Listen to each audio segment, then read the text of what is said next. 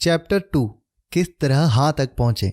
जब आप अपने बिजनेस के बारे में बात करते हैं तो क्या आपके संभावित ग्राहक आप पर विश्वास करते हैं? इसका छोटा सा उत्तर है नहीं। वे आपसे आशा करते हैं कि आप सौदा पक्का करने के लिए उन्हें तैयार करने का प्रयास करेंगे। वे इस बात की प्रतीक्षा करते हैं कि आप उन्हें अपना सामान बेचने का प्रयास करेंगे और इसीलिए इस बात की संभावना अधिक है कि वे रक्षात्मक मुद्रा में होंगे, भले ही आप उन्हें कितनी ही अच्छी तरह से क्यों न जानते हों। आपके सामने यह समस्या आती है। संभावित ग्राहक आपकी हर बात पर आपत्ति उठाएंगे, इसलिए नहीं कि आपने जो कहा है वह तर्कसंगत नहीं है, बल्कि इसलिए कि ऐसा आप कहते हैं। अगर आप कुछ कहते हैं तो वह आपका विचार है, उनका नहीं। इसीलिए संभावित ग्राहक ऐसा महसूस करते हैं कि आपत्तियां उठाना जायज है। दूसरी ओर आपके संभावित ग्राहक आपको जो बताते हैं वह सब सही होता है। ऐसा इसलिए क्योंकि अगर वे कुछ कहते हैं तो ये उनका विचार है, आपका नहीं। यही विचार को स्वीकार्य बनाता है और वे उसके बारे में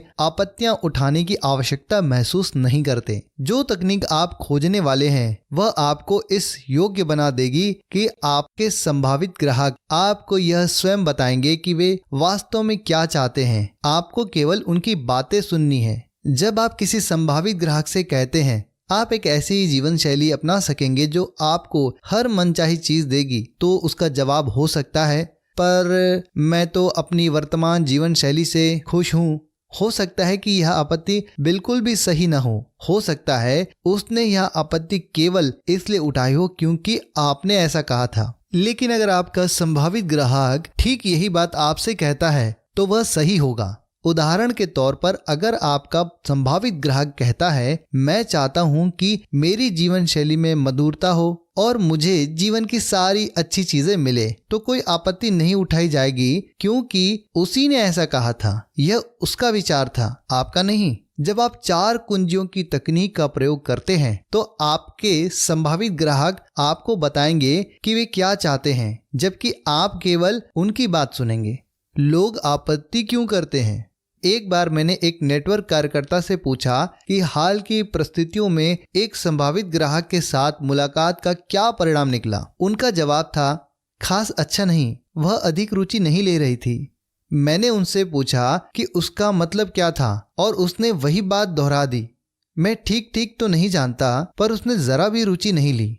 संभावित ग्राहक कभी नीरस नहीं होता, केवल प्रस्तुतियां नीरस होती हैं। उसका असली मतलब यह था कि वह नेटवर्क कार्यकर्ता रुचि नहीं ले रहा था। वह स्वयं भी नीरस था और उसकी प्रस्तुति भी। जब आप रुचि लेते हैं तो आपके संभावित ग्राहक भी आपकी बातों में और आप में रुचि लेते हैं।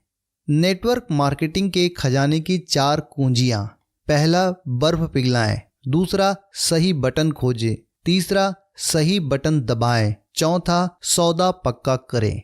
इन 4 कुंजियों की सहायता से आप बहुत ही कम समय में ठंडी शुरुआत से गर्म हाँ तक पहुंच सकते हैं। पहला, बर्फ पिघलाएं। इस शुरुआती कुंजी का उद्देश्य है संभावित ग्राहक के साथ तालमेल बनाना। यहाँ पर आप उन्हें अपने बारे में बताते हैं और उनके बारे में जानकारी लेते हैं। इस कुंजी का लक्ष्य विशुद्ध रूप से अपनी योजना को बेचना है।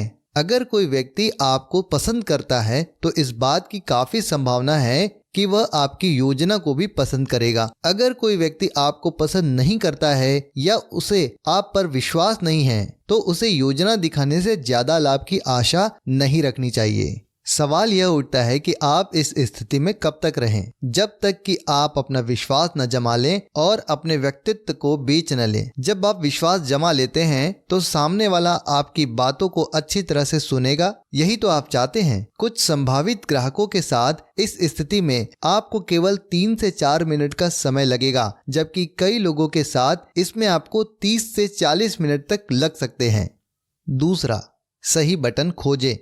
इस स्थिति में क्या होगा यह आपको पूरी तरह से तय करना होगा। हो सकता है आपके संभावित ग्राहक भावनात्मक रूप से खिन्न हो सकता है वे रोमांचित या दुखी या चिंतित हो जाएं, या उससे भी बढ़कर नाराज भी हो जाएं, परंतु यह ध्यान रखें कि उनका गुस्सा आप पर नहीं होगा बल्कि अपने आप पर होगा। प्रस्तुति के इस भाग में आत्मसंतुष्टि के लिए जरा भी जगह नहीं है। जब लोग अपने लक्ष्य या महत्वाकांक्षा के बारे में आत्मसंतुष्ट हो जाते हैं तो वे इस कार्य को करने की शैली के बारे में भी आत्मसंतुष्ट हो जाते हैं।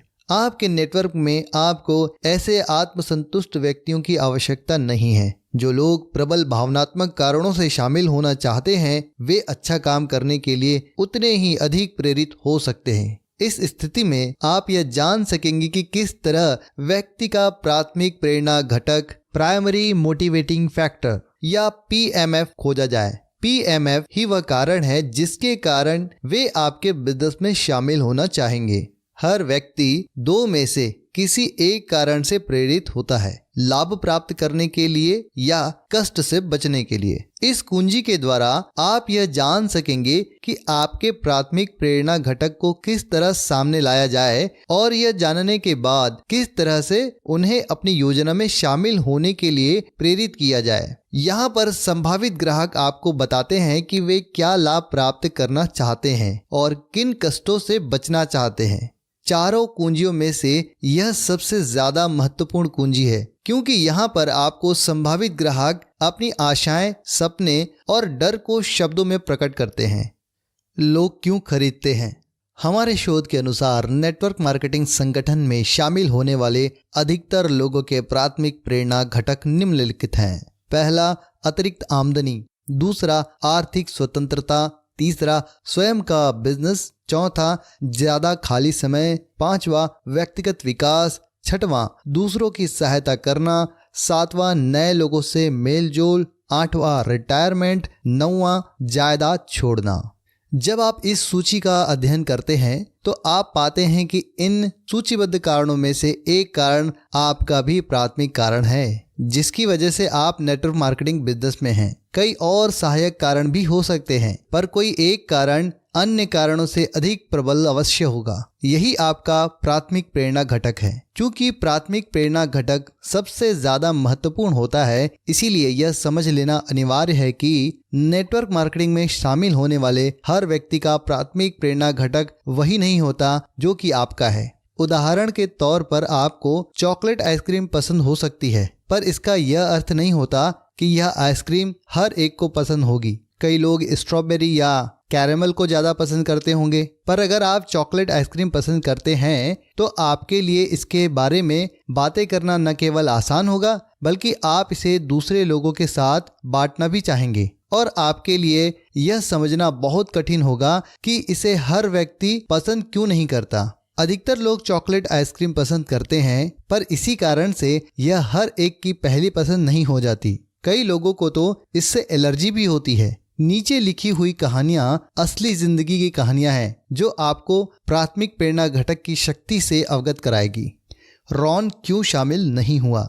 अल्बर्ट एक वितरक था। वह नेटवर्क मार्केटिंग में इसलिए आया था क्योंकि उसे आर्थिक स्वतंत्रता चाहिए थी। वह अपना मालिक खुद बनना चाहता था और अपनी खुद की आमदनी तय करना चाहता था। वह अपनी इच्छा अनुसार ऑफिस आने जाने की स्वतंत्रता चाहता था, अपने बच्चों को सबसे अच्छे स्कूल में भेजना चाहता था, हॉलिडे होम बनाना चाहता था इत्यादि। आर्थिक स्वतंत्रता उसका प्राथमिक प्रेरणा घटक था क्योंकि इसी की वजह से उसे बाकी सारी चीजें मिल सकती थी।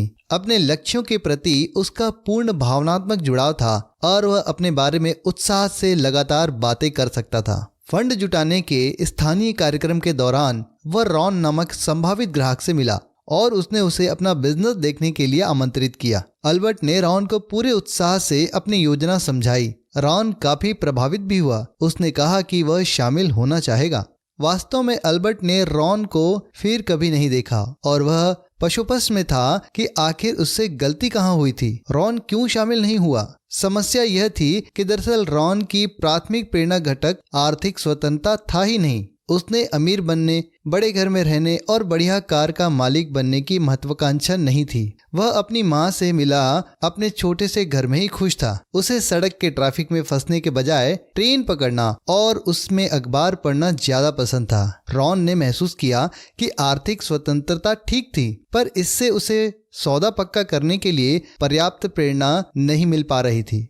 रॉन की असली प्रेरणा यह थी कि उसे नए लोगों से मिलने के अवसर मिलेंगे, नई कलाएं सीखने को मिलेंगी और वह समाज के लिए अपना योगदान दे सकेगा। इसी कारण तो वह फंड इकट्ठा करने की योजना में शामिल हुआ था, पर उसे इन मुद्दों के बारे में बताने का अवसर ही नहीं मिला, क्योंकि अल्बर्ट आर्थिक स्वतंत्रता को उसके गले के नीचे उतारना चाहता था। निश्चित रूप से रॉन पर अल्बर्ट की उत्साही प्रस्तुति का प्रभाव हुआ था, परंतु अगले दिन जब सूरज निकला तो उसकी प्रतिक्रिया ठंडी हो गई। कुछ ही दिनों में रॉन अल्बर्ट की उत्साहपूर्ण प्रस्तुति के बारे में पूरी तरह से भूल चुका था। अल्बर्ट यह नहीं जान सका था कि दूसरों की सहायता करना रॉन का प्राथमिक प्रेरणा घटक है।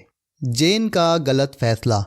जेन की उम्र 34 वर्ष थी और वह अपने 2 बच्चों के साथ अकेली रहती थी। वह 2 साल से नेटवर्क मार्केटिंग में थी। डेविड से उसकी पहचान एक डिनर पार्टी में हुई। डेविड ने उसकी नेटवर्किंग गतिविधियों में रुचि ली और उसके बारे में अधिक जानकारी चाही। जेन का खुद का प्राथमिक प्रेरणा घटक था अपने लिए ज्यादा खाली समय जुटाना, ताकि वह अपने दोनों बच्चों को ठीक से पाल सके और शिक्षित कर सके। पर वह जानती थी कि यह हर एक की पहली प्राथमिकता नहीं हो सकती। डेविड की उम्र 50 और 60 के बीच थी। उसका स्वयं का कॉन्ट्रैक्ट क्लीनिंग का काम था। इसीलिए जेन ने अनुमान लगाया कि उसकी प्राथमिकताओं की सूची में रिटायरमेंट का स्थान सबसे पहले नंबर पर होगा। जब वह बिजनेस के बारे में बता रही थी तो उसकी चर्चा के केंद्र में यह बात मौजूद थी कि इससे लोगों को आरामदेह रिटायरमेंट के पूरे लाभ मिल सकेंगे। शाम खत्म होने पर वह हैरान रह गया जब डेविड ने उसे बताया कि वह कभी रिटायर नहीं होना चाहता। वह रिटायरमेंट को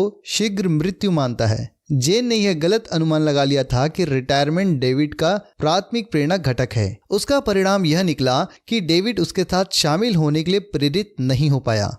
अनुमान न लगाएं, यह हम दोनों में से एक को मूर्ख बना सकता है। जब आप सामने वाले व्यक्ति के प्राथमिक प्रेरणा घटक के बारे में अनुमान लगाते हैं तो आपके गलत होने की काफी संभावना होती है। अगर आपका अनुमान सही भी हो तो भी यह आपका विचार नजर आएगा, न कि आपके संभावित ग्राहक का, और इस तरह इसका प्रभाव और प्रेरणादायी शक्ति इतने नहीं होंगे जितने की अपेक्षित हैं। प्राथमिक प्रेरणा घटक को किस तरह खोजें? प्राथमिक प्रेरणा घटकों की सूची आप अपने साथ हमेशा लिखित रूप में रखें। यह सूची आपके बिजनेस कार्ड के पीछे हो सकती है या तैयार किए गए दृश्य साधन के रूप में या छोटे कार्ड के रूप में हो सकती है। यहाँ पर सूची दोबारा बताई जा रही है। पहला, अतिरिक्त आमदनी। दूसरा, आर्थिक स्वतंत्रता। तीसरा, स्वयं का व्यवसाय। चौथा, ज्यादा खाली समय। पांचवा, व्यक्तिगत विकास। छठवां, दूसरों की सहायता करना। सातवां, नए लोगों से मेलजोल। आठवां, रिटायरमेंट। और नौवां, जायदाद छोड़ना। अपनी सूची दिखाने का सीधा सा तरीका है अपने संभावित ग्राहक से यह सवाल करें, क्या आप जानते हैं कि लोग नेटवर्किंग बिजनेस क्यों शुरू करना चाहते हैं? इस सीधे से सवाल में यह खूबी छुपी हुई है कि अगर सामने वाला जवाब नहीं कहता है तो आपको यह कहने की छूट मिल जाती है, लीजिए मैं आपको बता देता हूँ। इस बिंदु पर आप अपनी सूची उनके सामने रख दें। अगर आपका संभावित ग्राहक आपके सवाल के जवाब में हाँ कहता है तो आप उससे पूछें, तो बताइए कि लोग इस बिजनेस में क्यों शामिल होते हैं। इस पर आपका संभावित ग्राहक आपको कुछ असली और कुछ नकली अधपके कारण गिना देगा जिनकी वजह से लोग नेटवर्क मार्केटिंग बिजनेस शुरू करना चाहते हैं। जब उसके पास के कारण समाप्त हो जाएं तो आप पूछें, और कुछ? वह जवाब देगा, नहीं।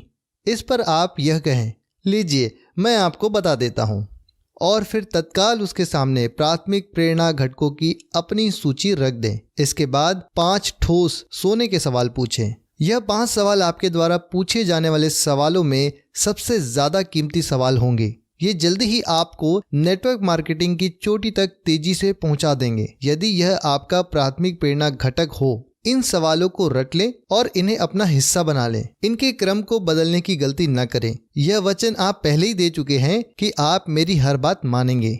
यह रहे आपके 5 ठोस सोने के सवाल। पहला, आपकी पहली प्राथमिकता क्या है? दूसरा, आपने इसी को क्यों चुना? तीसरा, यह आपके लिए महत्वपूर्ण क्यों है? चौथा, यदि आपको यह अवसर न मिले तो उसके क्या परिणाम होंगे? पांचवा, इन परिणामों से आप चिंतित क्यों होते हैं? इन सवालों को रट लें शब्दशः। जब आप उन्हें पूछें तो इधर उधर न भटकें। यह बहुत महत्वपूर्ण है कि सवाल इसी क्रम में पूछे जाएं। नए संभावित ग्राहक से बात करते समय कुछ नेटवर्कर्स उत्सुकता की शैली में प्रयोग करना चाहते हैं, जबकि कुछ सीधे शैली का प्रयोग करते हैं। नीचे दिए गए उदाहरणों में प्रयुक्त शैली अधिक सीधी है क्योंकि इसे प्रस्तुत करना अधिक आसान है। यह चर्चाएं वास्तविक साक्षात्कार पर आधारित हैं। एंगी मिली रे और रूथ से। रे और रूथ लगभग 25 वर्षीय युगल थे जो हाल ही में अपने नए घर में रहने आए थे। उनका मकान एंगी के मकान से 10 कदम की दूरी पर था। पड़ोसियों की सामान्य चर्चा के दौरान एंगी ने उन्हें बताया कि वह मार्केटिंग बिजनेस से जुड़ी है और उन्हें बताना चाहती है कि वह बिजनेस किस तरह से काम करता है। इस पर रूथ ने कहा कि उसे नहीं लगता कि इस बिजनेस में उन लोगों की कोई दिलचस्पी होगी क्योंकि उनके पास खाली समय बचता ही नहीं है। रे 2 जगह काम कर रहा था और रात को रूथ को नए घर में सामान व्यवस्थित करना पड़ता था। एंगी ने कहा कि ऐसा उन अधिकतर लोगों के साथ होता है जो 2 जगह नौकरी करते हैं और जो घर बदल कर नए घर में रहने आते हैं। फिर भी वह उन्हें अपना बिजनेस दिखाना चाहेगी क्योंकि शायद वे इसमें भविष्य में रुचि लें। एंगी ने उन्हें अपने घर कॉफ़ी पीने के लिए आमंत्रित किया। क्या शनिवार दोपहर 4 बजे ठीक रहेगा? उसने पूछा। रे और रूथ तैयार हो गए। वे दोनों 4 बजे पहुंच गए और कॉफ़ी पीने के बाद एंगी ने उन्हें बताना शुरू किया कि नेटवर्किंग बिजनेस क्या होता है। रे और रूथ ने एंगी को बताया कि उन्हें नेटवर्किंग के बारे में सुन रखा था और वे ऐसे लोगों को जानते हैं जिन्होंने इस बिजनेस में प्रयास किए थे और जो बाद में असफल हो गए थे। उनकी नज़र में यह किसी साबुन से संबंधित था। इतना कह चुकने के बाद उन्होंने पूछा, क्या यह एमवे की तरह है? इसी पर एंगी ने चर्चा की बागडोर थाम ली। एंगी, क्या आप जानते हैं कि लोग नेटवर्किंग बिजनेस क्यों शुरू करते हैं? रे, यह पिरामिड बेचने की तरह है ना? एंगी, लीजिए मैं आपको बता देती हूँ। एंगी सहजता से अपना PMF कार्ड बताते हुए, वह ये प्रमुख कारण है जिसकी वजह से लोग नेटवर्क मार्केटिंग में शामिल होते हैं। आपकी पहली प्राथमिकता क्या होगी? रे, हमारे पास तो यह आर्थिक स्वतंत्रता ही होनी चाहिए। रूथ दृढ़ता से, निश्चित रूप से यही हमारी पहली प्राथमिकता है। एंगी, आपने इसी को क्यों चुना? रे, क्योंकि घर के लोन को चुकाने के लिए मुझे 2 जगह काम करना पड़ता है और रूथ भी ओवर टाइम करती है ताकि जब हमारा परिवार बढ़े तो हमारे पास एक सहारा हो जो हमारे काम आ सके। हम चाहते हैं कि हमारे बच्चों को अच्छी शिक्षा मिल सके। हम पैसे के लिए हमेशा दौड़ धूप नहीं करना चाहते। एंगी, यह आपके लिए क्यों महत्वपूर्ण है? रे, जैसा मैंने कहा, हम अपने घर के पूरे पैसे चुकाना चाहते हैं और यह भी चाहते हैं कि हमारे बच्चों को अच्छी शिक्षा मिले। रूथ और मुझे कभी यह सब नहीं मिला। हमें ऐसे अवसर मिले ही नहीं। रूथ बातचीत का सिरा थामे हुए, सही बात, मेरे माँ बाप हमेशा घर चलाने के लिए पैसे की खींचतान करते थे। हम नहीं चाहते कि हमारी जिंदगी भी उन्हीं की तरह गुजरे। एंगी, यदि आपको आर्थिक स्वतंत्रता नहीं मिलती है तो इसके क्या परिणाम होंगे? रे, हम उसी नाव में होंगे जिसमें हमारे माँ बाप थे। उसका अर्थ होगा कठोर बजट बनाना और आमदनी कम और खर्च ज़्यादा, और पूरी जिंदगी यही चलता रहेगा। रूथ, अपने बच्चों को अच्छी शिक्षा दिलाने में काफ़ी खर्च होता है। बिना अतिरिक्त आमदनी के हम उन्हें जिंदगी में अच्छी शुरुआत नहीं दे सकेंगे। एंगी, इन परिणामों से आप चिंतित क्यों होते हैं? रे तनावपूर्ण स्वर में, जैसा हमने कहा, अगर हम आर्थिक स्वतंत्रता प्राप्त करने का प्रयास नहीं करेंगे तो हम हमेशा संघर्ष ही करते रहेंगे और ऐसा कौन चाहता है? रूथ, साथ ही हमें रिटायर होने की योजना भी बनानी है, इसीलिए हम अभी इतनी कड़ी मेहनत कर रहे हैं। विश्लेषण, इस वार्तालाप में ऐसा कुछ भी नहीं कहा गया जो इसी तरह से सामान्य युगल द्वारा न कहा जाए। फर्क सिर्फ इतना था कि इस चर्चा में एंगी ने 5 ठोस सोने के सवालों का प्रयोग किया और रूथ तथा रे ने अपने प्राथमिक प्रेरणा घटक उजागर किए।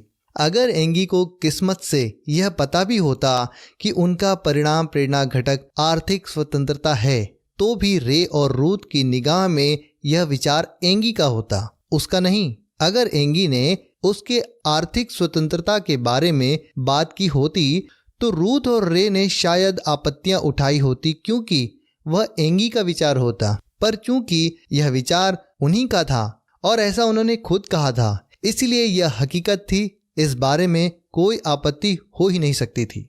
इन 5 सवालों का विचार करें। पहला, आपकी पहली प्राथमिकता क्या है?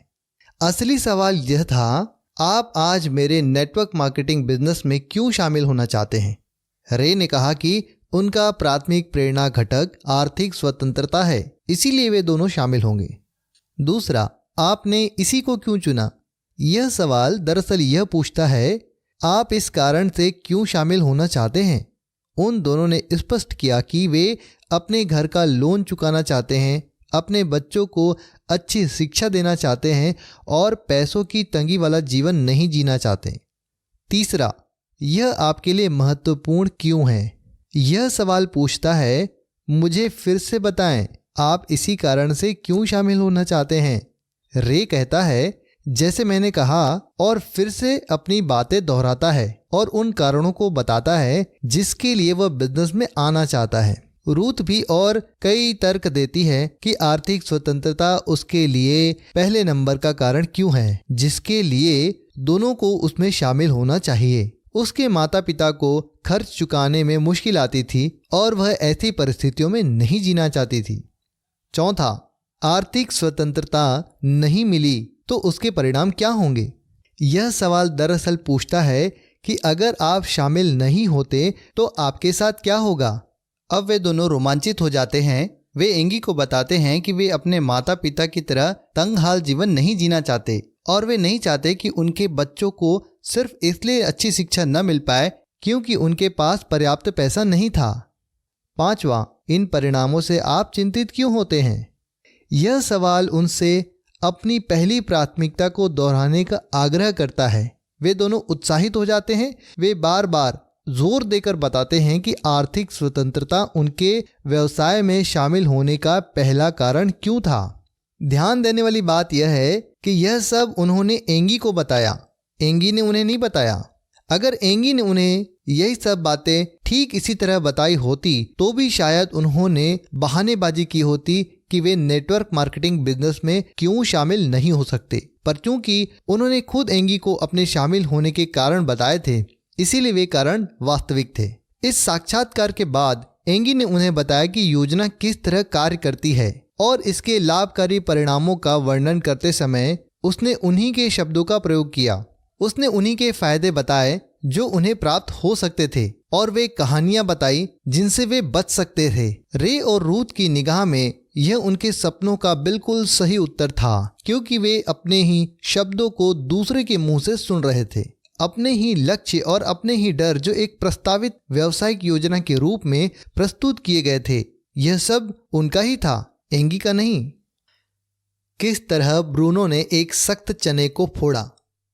ब्रूनो एक इंजीनियर था जो एक एसोसिएशन में दूसरे इंजीनियरों के साथ काम करता था, जिसमें जिम भी शामिल था। ब्रूनो ने 1 साल पहले नेटवर्क मार्केटिंग बिजनेस शुरू किया था और उसकी नज़र में यह इंजीनियरिंग के रोजमर्रा के रूटीन से बाहर निकलने का बढ़िया अवसर था। उसे बड़े क्षितिज की तलाश थी। ब्रूनो ने जिम से कई बार व्यावसायिक अवसर का जिक्र किया था, पर हर बार उसे ठंडी प्रतिक्रिया मिली थी। जिम की बहन इन योजनाओं में से एक में शामिल थी और उसने भी जिम को शामिल करने का प्रयास किया था, पर जिम ने कोई रुचि नहीं ली थी क्योंकि वह अपने आप को एक इंजीनियर मानता था, सेल्समैन नहीं, और वह अपने दोस्तों को परेशान नहीं करना चाहता था। एक शाम कॉफी पीते पीते ब्रूनो ने सहजता से अपना नया बिजनेस कार्ड निकाला जिसके पीछे प्राथमिक प्रेरणा घटकों की सूची छपी हुई थी। जिम ने कार्ड देखा जिस पर ब्रूनो ने नाम के नीचे नेटवर्किंग एंड डिस्ट्रीब्यूशन छपा हुआ था। ब्रूनो: जिम, क्या तुम जानते हो नेटवर्किंग का क्या मतलब होता है? जिम: हाँ, जैसे मैंने बताया ना, मेरी बहन भी इसी बिजनेस में थी। यह एक तरह का पिरामिड योजना है ना? ब्रूनो: लीजिए, मैं आपको बता देता हूँ। ब्रूनो ने बिजनेस कार्ड को पलटकर प्राथमिक प्रेरणा घटकों की सूची जिम के सामने रख दी। ब्रूनो: आपकी पहली प्राथमिकता क्या होगी जिम?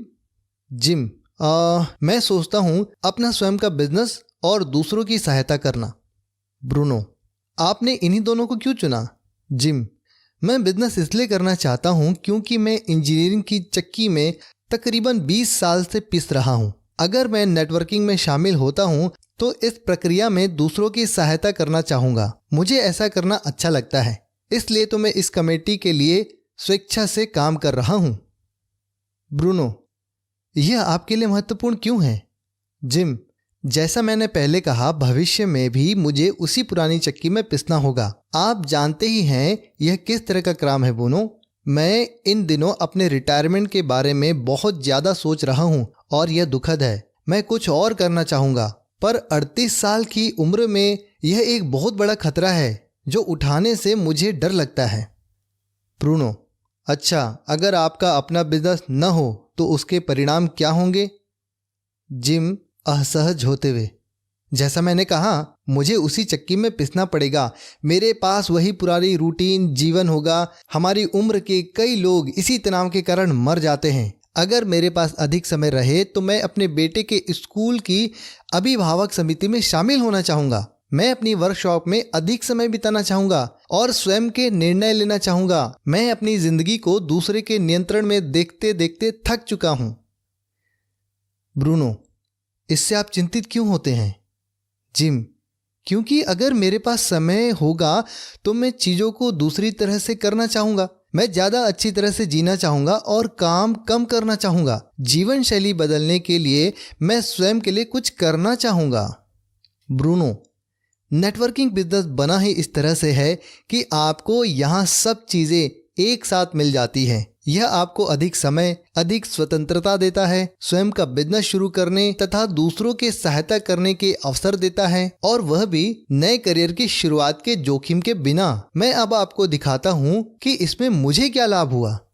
ब्रूनो 1 साल से भी अधिक समय से जिम को बिजनेस में शामिल करने का असफल प्रयास कर रहा था। जब ब्रूनो ने 5 ठोस सोने के सवालों का रहस्य सीख लिया तो उसने महसूस किया कि साल भर में वह जिम को वह बताने का प्रयास कर रहा था कि जिम को अपने जीवन में क्या करना चाहिए। यह ब्रूनो का विचार था, जिम का नहीं। ब्रूनो की कार्ड के पीछे दी गई सूची और 5 ठोस सोने के सवालों ने जिम को यह बताने पर मजबूर कर दिया कि वह बिजनेस में क्यों शामिल होना चाहेगा। जब जिम ने बिजनेस की योजना देखी तो उसे अपनी आंखों पर विश्वास ही नहीं हुआ। उसने पूछा, यह मुझे आज से पहले किसी ने क्यों नहीं बताया? इसका जवाब यह था कि इसके पहले उसे यह बताया गया था कि उसे शामिल क्यों होना चाहिए, परंतु इससे पहले किसी ने उसके प्राथमिक प्रेरणा घटकों के बारे में पूछा ही नहीं था। किस तरह दांत के डॉक्टर का ऑपरेशन हुआ? यह घटना मेरे साथ हुई। 44 वर्षीय फ्रैंक मेरा दंत चिकित्सक था। उसके पास समुद्र तट पर $10 लाख का आलीशान बंगला था, एक शानदार कार थी और वह हमेशा व्यस्त रहता था। अधिकतर लोगों की राय में वह बहुत सफल व्यक्ति था। एक दिन जब मैं स्थानीय शॉपिंग सेंटर में था तब मैंने उसे कॉफ़ी हाउस पर बैठे देखा। मैं भी कॉफ़ी पीने के लिए उनके पास जा पहुंचा। एलन, काम धंधा कैसा चल रहा है फ्रैंक? फ्रैंक उत्साहहीन होकर, ठीक ही है। एलन मजाकी अंदाज में, फ्रैंक आप समुद्र तट पर रहते हैं, आपके पास ढेर सारा काम है और आप ढेर सारा पैसा कमाते हैं, फिर तो सब कुछ बहुत अच्छा होना चाहिए। फ्रैंक, मेरे ख्याल से यह जिंदगी गुजारने के लिए पर्याप्त है। एलन, अच्छा फ्रैंक, अगर आप इसे पसंद नहीं करते तो इसे छोड़कर कुछ और शुरू क्यों नहीं करते? फ्रैंक, मुझे नहीं लगता मैं कभी ऐसा कर पाऊंगा एलन।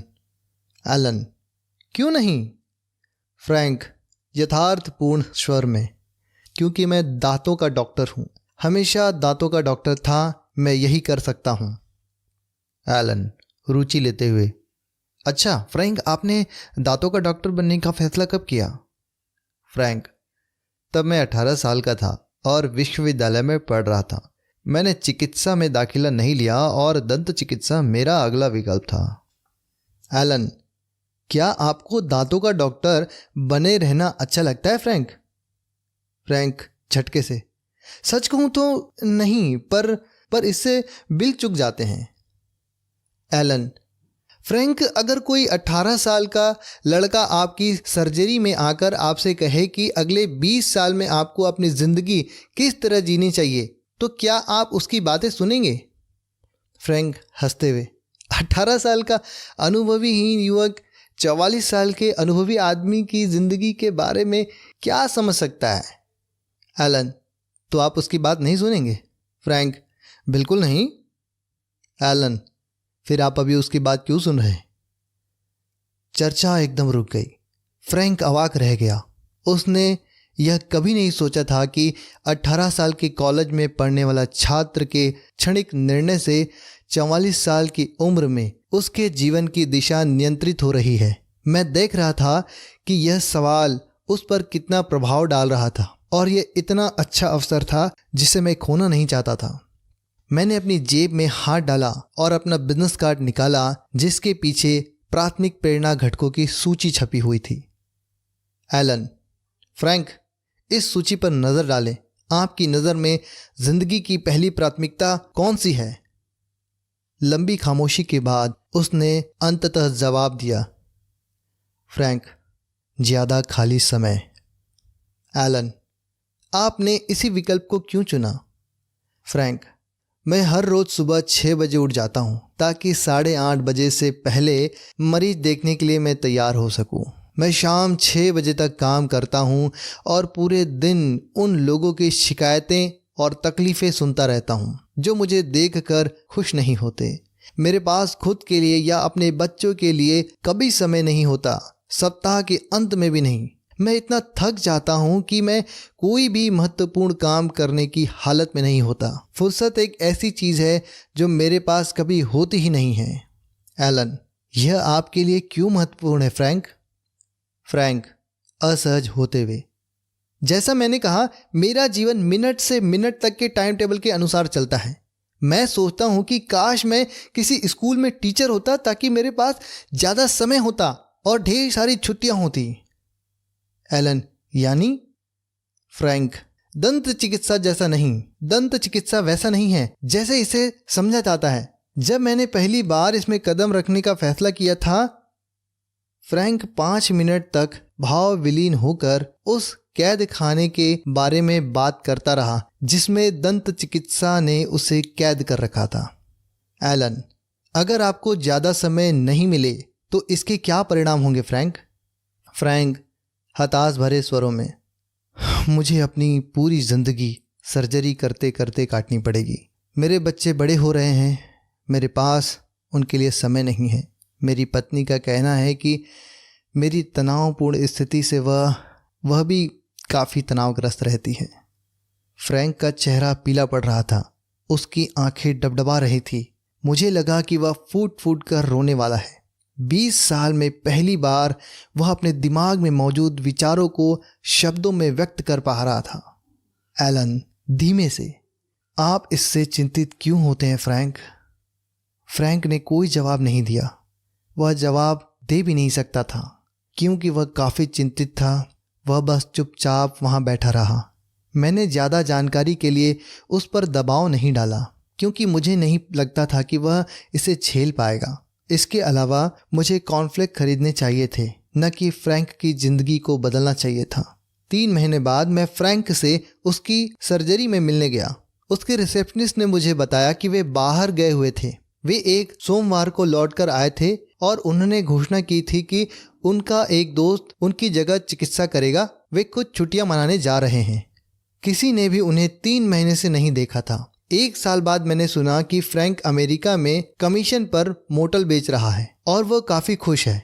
मैं आज भी नहीं जानता कि फ्रैंक कहाँ है या वह क्या कर रहा है, पर यहाँ जो कुछ हुआ वह इसलिए महत्वपूर्ण है क्योंकि यह बताता है कि यह तकनीक कितनी शक्तिशाली हो सकती है और किस तरह आप उन लोगों की ज़िंदगी बदल सकते हैं जिनकी आपको कतई उम्मीद नहीं होगी। हो सकता है कि कहीं पर फ्रैंक का नेटवर्क मार्केटिंग का बिजनेस हो, ऐसा ग्राहक जिसकी कोई प्राथमिकता ही न हो। कभी कभार आपका किसी ऐसे संभावित ग्राहक से पाला पड़ता है जिसकी कोई प्राथमिकता ही नहीं होती। कई लोगों के पास प्राथमिकता 2 कारणों से नहीं होती। पहला कारण तो यह है कि उनकी सचमुच कोई प्राथमिकता होती ही नहीं है और नंबर 2 या नंबर 3 प्राथमिकताएं भी नहीं होती।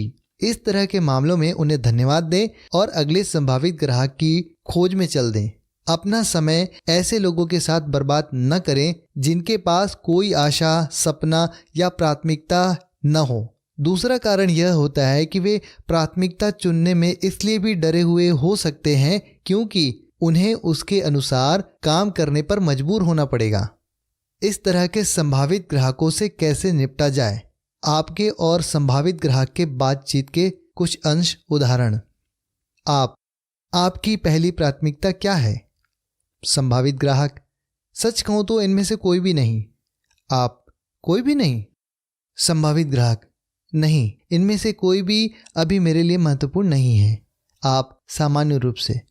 अच्छा, अगर इनमें से कोई प्राथमिकता महत्वपूर्ण होती तो कौन सी होती? संभावित ग्राहक: अगर कोई प्राथमिकता महत्वपूर्ण होती तो शायद आर्थिक स्वतंत्रता ही होती। आप: आर्थिक स्वतंत्रता ही क्यों? संभावित ग्राहक: क्योंकि पैसे का होना काफी महत्व रखता है। और अब आप 5 ठोस सोने के सवाल को पूछना जारी रख सकते हैं। मौन की शक्ति। सवाल पूछने के बाद जब तक आपका संभावित ग्राहक अपना जवाब पूरा न दे दे, आप एकदम चुप रहें। प्राथमिकता चुनने में उसकी सहायता करने के सारे प्रलोभनों पर काबू पाएं, क्योंकि यह विचार पूरी तरह उसका होना चाहिए, आपका नहीं। उसे आपको बताना चाहिए कि वह आपके बिजनेस में क्यों शामिल होना चाहता है। संभावित ग्राहक के जीवन में शायद पहली बार किसी ने उससे इतने महत्वपूर्ण सवाल पूछे हैं और उसे खुद जवाब देने का अवसर दिया होगा। अगर आपके संभावित ग्राहक से पहले भी नेटवर्क मार्केटिंग के लिए किसी ने पूछा होगा तो भी शायद पहली बार ही किसी ने उससे यह सवाल पूछकर चुप्पी साधी होगी। आपके संभावित ग्राहक के जवाब उस प्रतिबद्धता के बारे में भी बताएंगे जो वह बिजनेस में लंबी अवधि के लिए अपनाएगा। भेड़ों को बकरियों से अलग कैसे करें?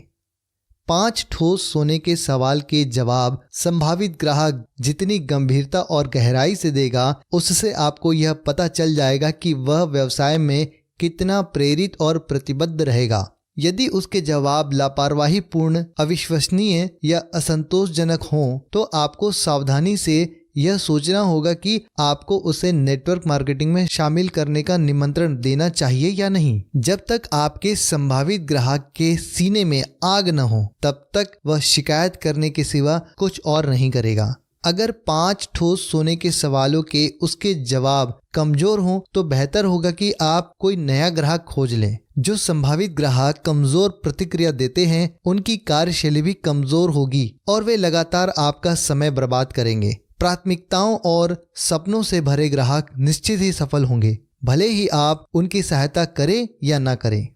प्राथमिकता वाले संभावित ग्राहक हमेशा सफल होंगे। आप केवल इस प्रक्रिया की गति बढ़ा सकते हैं। नेटवर्क मार्केटिंग व्यवसाय बनाना एक बगीचा लगाने की तरह है। आप जमीन खोदते हैं, खाद डालते हैं, घास फूस को हटा देते हैं और यह सुनिश्चित कर लेते हैं कि वह बुरे मौसम से बचा रहे, पर फिर भी कुछ ही बीज उग पाते हैं जबकि बाकी नष्ट हो जाते हैं। आप केवल यह कर सकते हैं कि आप उन्हें खाद पानी दें और घास फूस को हटा दें। मजबूत बीज आपकी देखभाल के बिना भी पनप जाएंगे।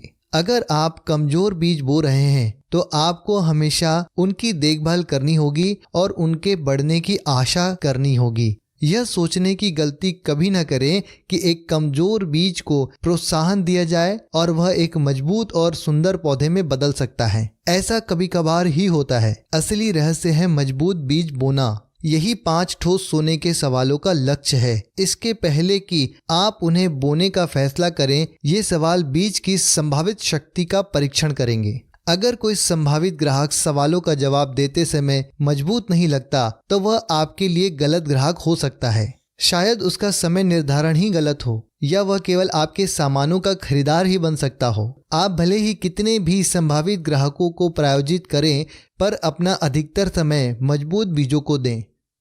समूह के साथ सूची का प्रयोग। थोड़े से अभ्यास के बाद आप देखेंगे कि आपने संभावित ग्राहकों के समूह के सामने प्रस्तुति करने का आश्चर्यजनक तरीका खोज लिया है। आप या तो तैयार PMF सूची का इस्तेमाल कर सकते हैं या समूह के लोगों से पूछ सकते हैं कि वे नेटवर्क मार्केटिंग समूह में क्यों शामिल होना चाहेंगे। तैयार सूची के साथ आप किसी से भी यह सवाल पूछ सकते हैं, आपकी पहली प्राथमिकता क्या है? और फिर रुक जाएं। इसी प्रक्रिया को दूसरे और तीसरे संभावित ग्राहक के साथ दोहराएं और बहुत जल्दी आप पाएंगे कि पूरा समूह आपको बता रहा होगा कि वे इस बिजनेस में क्यों शामिल होना चाहते हैं। अगर आप प्रस्तुति के दौरान हाथ से सूची बनाना ज़्यादा पसंद करते हो तो प्राथमिकता बताने वाले हर व्यक्ति से आप पूछ सकते हैं, आपने इसी को क्यों चुना? और फिर सभी सवालों को एक एक कर पूछते जाएं। यह बड़ा मज़ेदार होगा जब पूरा समूह एक दूसरे को बताएगा कि शामिल होना क्यों महत्वपूर्ण है। और इस दौरान आपको कुछ भी नहीं कहना पड़ेगा, आपको केवल अपना सिर हिलाते जाना है और उनका उत्साह बढ़ाना है। तीसरी कुंजी, सही बटन दबाएं, योजना दिखाएं। यहाँ पर अधिकतर नेटवर्क मार्केटिंग कार्यकर्ता बहुत अच्छे होते हैं। यहाँ पर आप यह बताते हैं कि आपकी योजना उन आशाओं, सपनों और डरों का समाधान है जो आपने दूसरी कुंजी, सही बटन ढूंढे द्वारा खोजे थे।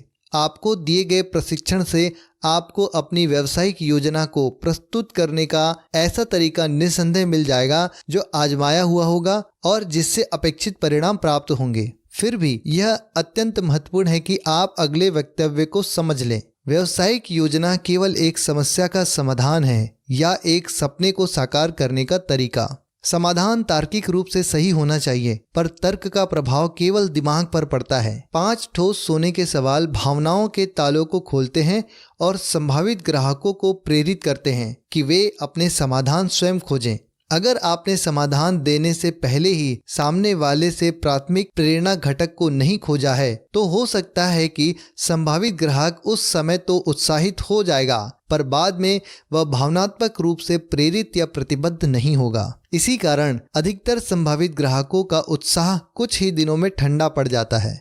उदाहरण के तौर पर, तो इसका मतलब है कि आप अपना भाग्य स्वयं बना सकते हैं और आपके पास अपने परिवार के साथ बिताने के लिए ज़्यादा समय होगा, या इसका मतलब यह है कि आप आराम से रिटायर हो सकते हैं और आपको हर वह आराम मिलेगा जो आपके अनुसार आपको चाहिए।